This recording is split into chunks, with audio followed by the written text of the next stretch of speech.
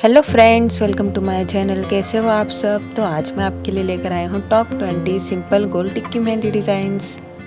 आज की वीडियो में आपको back hand and front hand दोनों टाइप के मेहंदी डिज़ाइंस देखने को मिल जाएंगे। ये डिज़ाइंस काफ़ी ज़्यादा ब्यूटीफुल हैं एंड आजकल काफ़ी ज़्यादा ट्रेंड में हैं। आई होप ये डिज़ाइंस आपको ज़रूर पसंद आएंगे, इसलिए वीडियो को स्किप के बगैर एंड तक ज़रूर देखते रहिए, क्योंकि एंड में मैंने और भी ज़्यादा ब्यूटीफुल मेहंदी डिज़ाइन ऐड किए हैं।